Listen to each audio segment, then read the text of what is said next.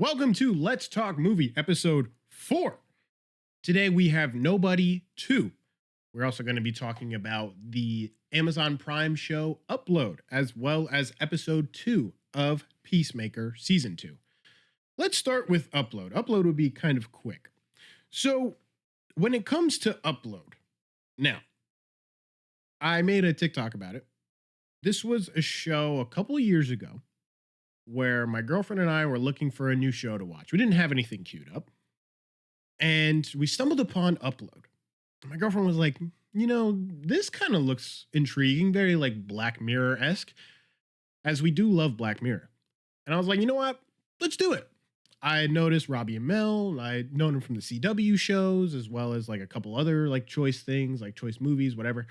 And then I saw that, was it Greg Daniels or Greg Berlanti? I think it's Greg Berlanti or one of them. One of the guys that's also one of the writers within the CW. So Arrow, Flash, all that stuff. I felt hooked. I said, okay, I feel like we could be, because we don't want to talk about the Flash post like season 4. Could be good. It was okay. All right. When we binged it, there were 3 seasons. And the cliffhanger for season 3 was crazy. Because then we're like, oh God, this is going to be like the final season and we're like left on this type of cliffhanger. Whew. The final season approaches. And now here we are having watched it. It was 4 episodes. So immediately I was like, that tells me that this final season, in my perspective, had more to give, but was given less. So they kind of had to work around what was given. I can't blame the studio. I can't blame the creative team. However it worked or didn't, I understand it. So in those 4 episodes, they gave you some decent amount of cringy moments. And I mean, there was like a wedding, when the bride walks, her ceremony song. They had that in dubstep. And I was like, oh God. I knew this show had some cringy moments, but this in its final season, in its final episodes, could take the cake as the cringiest. But I mean, that is kind of the character's personality. Also, what kind of nickname is Ingy? Ingy? Get out of here with that goofy type stuff. But I feel like the resurrection, so to speak, of Nathan, of the real Nathan, or I keep confusing myself, because you might also, when it comes to the whole like replicating in that show, because there's 2 Nathans, 2 Robbie Amels that are the same but also aren't. If that makes sense. Like one has grown, one has stayed. to put it politely, has not matured, I guess you could say. So you see that take place. And I think they did a really good job tying up this whole show. I thought they did a decent job with what they were given, only having 4 episodes, while still paying tribute and saying thank you, not just to the fans, but to everyone that was a part of it. And I liked it. I may not remember the show for the rest of my life, but it was still a good watch. I'll say that. So on to something that was pretty darn good and is getting better by the episode. We'll find out this week. As I'm recording this, it comes out tomorrow, Thursday. But Peacemaker episode 2. I like this one a lot. My favorite part, as I said on the TikTok, was Fleury, Agent Fleury of Rick Flag Sr.'s force, whatever he wants to call it, task force, I guess. But Fleury was my favorite part of this episode, Bird blindness? Huh?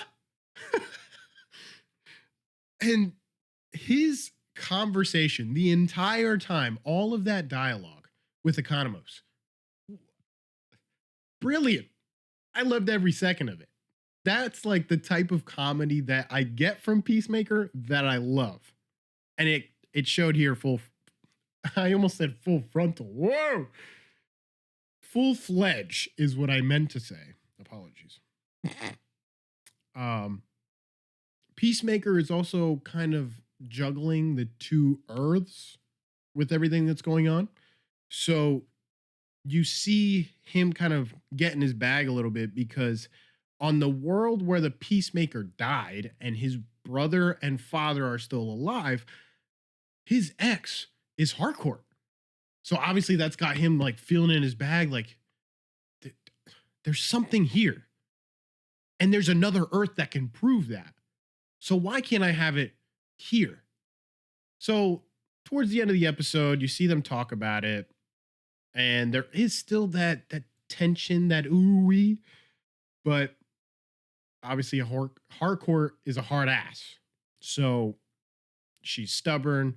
She's not really seeing what Chris has to offer right now because of the fact that she's hurt, but also they're all kind of hurt. They're all kind of messed up in some way, shape, or form. I mean, Ad's going through a breakup with her girlfriend, fiance, wife. I don't remember. I think they're just together. I don't think they're married. Economos is kind of like in his bag because he really doesn't see very many people. And so when he's talking with Ads, he's like, "Oh yeah, it's great. Yeah, I'm not missing anything. Life is awesome." When you can tell he's going through it, just like everybody else in the episode. Adrian sees the fallout of the orgy. He's mad because he wasn't invited. And then Chris has that typical response like, I was just feeling it in the moment and I just made it happen. Cool, man. That's pretty weird. You're just like, you know what? Life sucks. Let me just set up an orgy. And then you're like, dude, help me get these people out. Huh? You should be getting them out, bro. You started it. And then, dude, when Fleury's task force intercepts, or should I say infiltrates, Chris's home, who's the best defender? That's right. It's not ADT. It's not American Home Shield. It's Eagly. And his greatest advantage? Bird blindness. Oh my days. That was such an unorthodox scene that did so well for me. I loved it. I am truly excited for what they come up with on the following of Peacemaker for season 2. Moving on, over the weekend, I want to touch on this real quick. My girlfriend and I saw the OG Jumanji. That's right, from I think it is like 98, 99. Should I verify? You're gonna hear some clanking. 95. Okay, I was right. Or did I say 99? I said 99. I was wrong. Anyway, she had never seen it. We saw it. There were some parts where like I didn't remember how well the practical makeup was. Like seeing Peter, his name was Peter, as like the monkey. They did pretty well for being 95. I gotta say, the CGI, different story. We're not gonna talk about that. The animatronics, we're not gonna talk about that. I can respect the practicality though. I can respect that. We ain't gonna talk about it though. But the practical makeup, damn, dude. Like he looked monkey. He looked monkey. But other than that, I still enjoyed the movie. You know, Robin Williams, rest in peace. still a solid movie, man. Does it compare to the newer ones with the I would say The Rock, but Rock's chiseling down. That's right. According to reports, he lost up to 60 pounds. Allegedly, I heard a couple dirt sheets, and I mean, you can listen to the dirt sheets, you can do whatever. But there was popular rumors that he couldn't take gear anymore. Other reports were suggesting he's off gear, he's trying to get out of the muscle type cast and try and enter more roles. So to me, that's more like the Dave Batista approach, where Batista saw that in himself and he chose to make that change. Me personally, this is my opinion, but to me, Dave Batista has more depth. Dave Batista, you'd be surprised how many movies he's in now.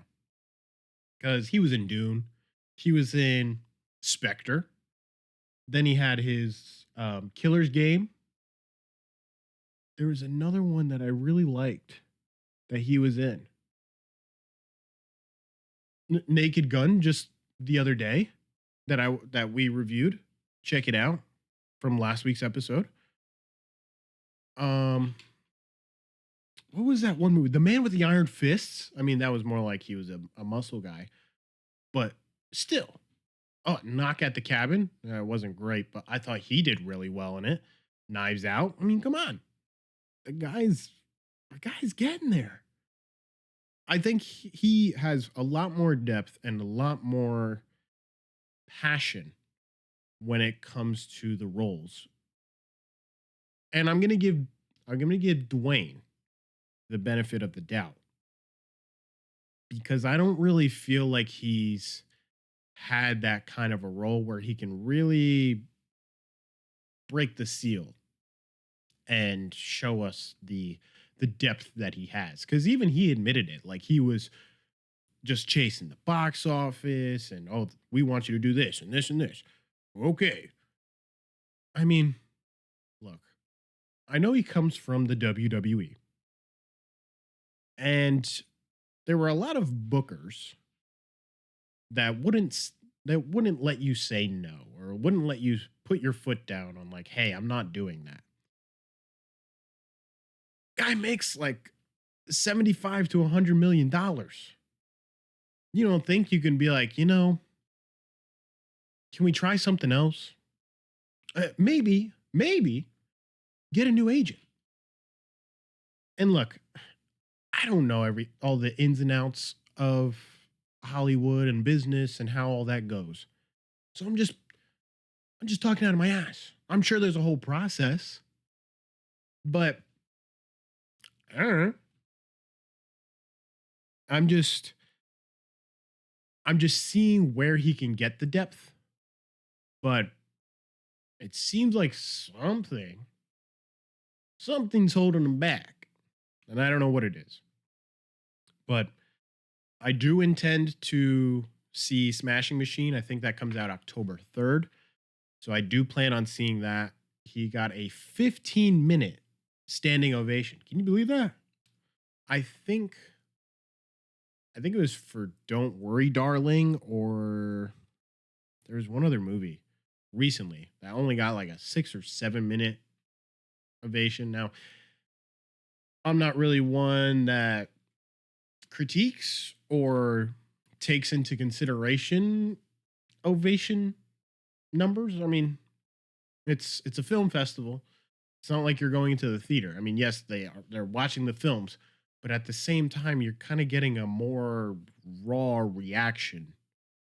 Everyone's there to immediately feel. When it comes to theaters, I feel like you have somewhat of a perception, right?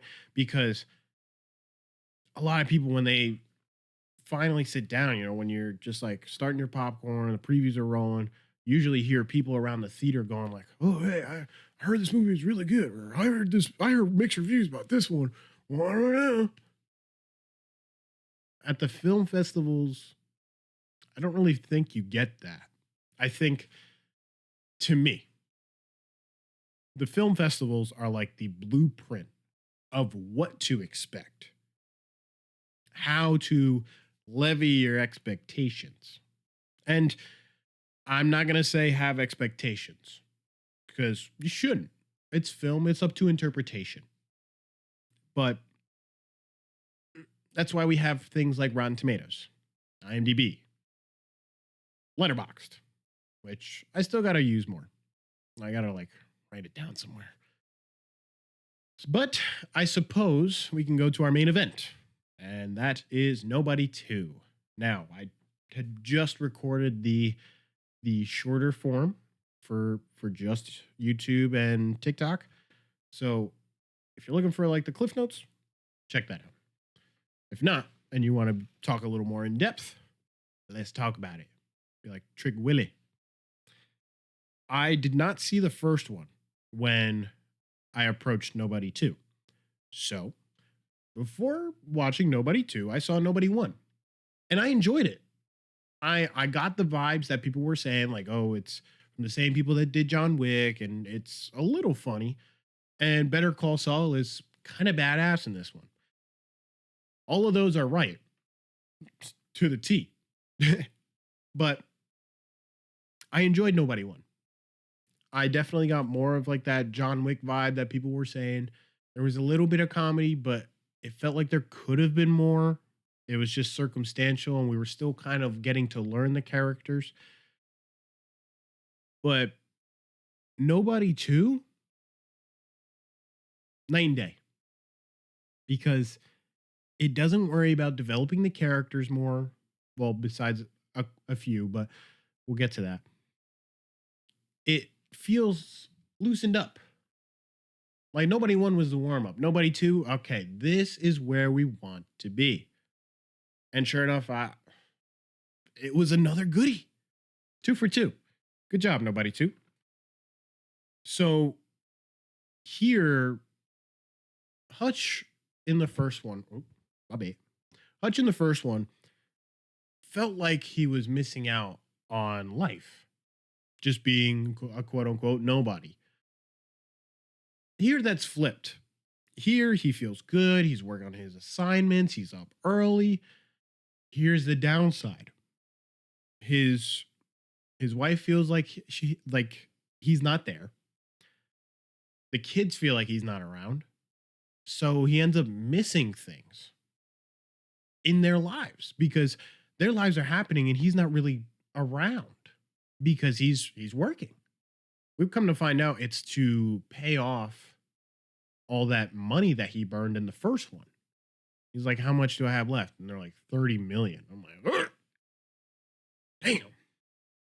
You're going to be like paying that for generations, buddy. Unless you take down like the biggest boss. Feel me? But if I know loss, just kidding. So Hutch and his wife get together and they say like, everything that's going on, summer break is coming up. I think we need to take the family for a vacation. He agrees, and then he's like, I'll set it all up. End up going to a spot that he had gone to when he was a kid, which was interesting to me. So I was like, okay, that tells me because his dad has experience in all of the shoo lally doo lally that he partakes in. What would be the difference? Something would happen here. Therefore, this vacay would not be without a catch. Hence why we're here. Roll credits. Just kidding. But they go on this vacation, but work still finds a way to him. So what does he do? He loses his cool. He snaps. I said it in my shorter video, but to me, Hutch is like the everyday representation for those everyday hypothetical crash outs. Where it's like, today could be the day. Today could be that day. It can't. It won't. Or, it's that one coworker at work that just really sets you off. And then they act like nothing's wrong. And you're like, "Ah, you know what? I need the money." Trust me, I've been there. But besides the point, we're talking about Nobody 2, not work. Nobody 2 was fun. I thought Bob Odenkirk did a splendid job again. The original cast returning. I mean, hell, even Doc was like, damn. RZA was back. That was always nice. And bro was levying a sword in this one. It was tough. Colin Hanks was here. That was a surprise that I was not expecting. And then I was like, looking at that haircut, and I go, okay, he's playing a bad guy. And it had nothing to do with like how he looked otherwise because he was playing a sheriff. It was the haircut. Now, I've seen Colin Hanks as a villain. Like I said in my video, I will not forget the good old fashioned doomsday killer phase. Huh? Huh? Yeah. Let me know if you've seen Dexter. Comment down below. Let me know if you're watching Dexter Resurrection.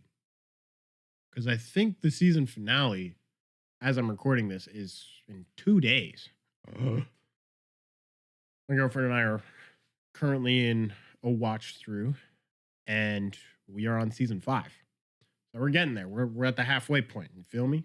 Because I don't think I'm gonna have her watch Original Sin. Not that it's bad, but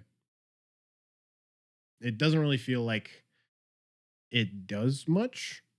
If that makes sense. To me, Original Sin was just like the appetizer before getting back into Resurrection.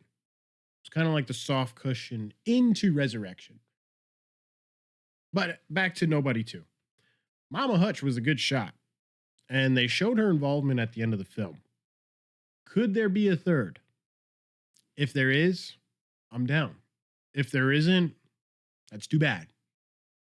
But if you now do Hutch, his wife, his father, his brother, and the wolf that they acquired at this vacation spot, and then they kind of foreshadowed Brady, the son, possibly, as he's already got, what did they say? Like violent tendencies or already showing signs of aggression. I'm like, oh, God, get all that, this guy. That makes me feel like eventually there will probably be a third, which will have like a whole family on some shit of like, all right, it's just who we are. We're one crazy, messed up family. Bang, bang, bang, bang, bang, bang. Psh. Bro lost a pinky in this one. What? Unbelievable. But I did enjoy it. To me, Nobody 2 really helped stick out from just being, oh, it's like a John Wick movie. No, now it's something a little different. And I'm okay with that. I'm cool with that. Different is good. Change is good. That's what we want to see. So that's going to wrap up. Let's Talk Movie, episode 4. Talks about the show from Prime Video, Upload. Then episode 2 of Peacemaker season 2. Had a little segue into Jumanji and Dexter. Let me know if you're going to watch Dexter Resurrection, the season finale. And lastly, Nobody 2. We had 2 N movies, end titled movies in the past 2 weeks. Naked Gun, Nobody 2. Next week will be highest to lowest. That's what I'm feeling for next week. I also have another movie, but I'm not sure what to do with it yet. Working on something. And I'm trying to see how I'm going to do it. But I have confidence because I want to share it with all of you. So, thank you all so much for tuning into another episode of Let's Talk Movie. I greatly appreciate it. Remember, we're here on Spotify, YouTube, TikTok, soon to be Apple Podcasts. But Find me on all those. And in case I don't see you, good afternoon, good evening, and good night. Peace.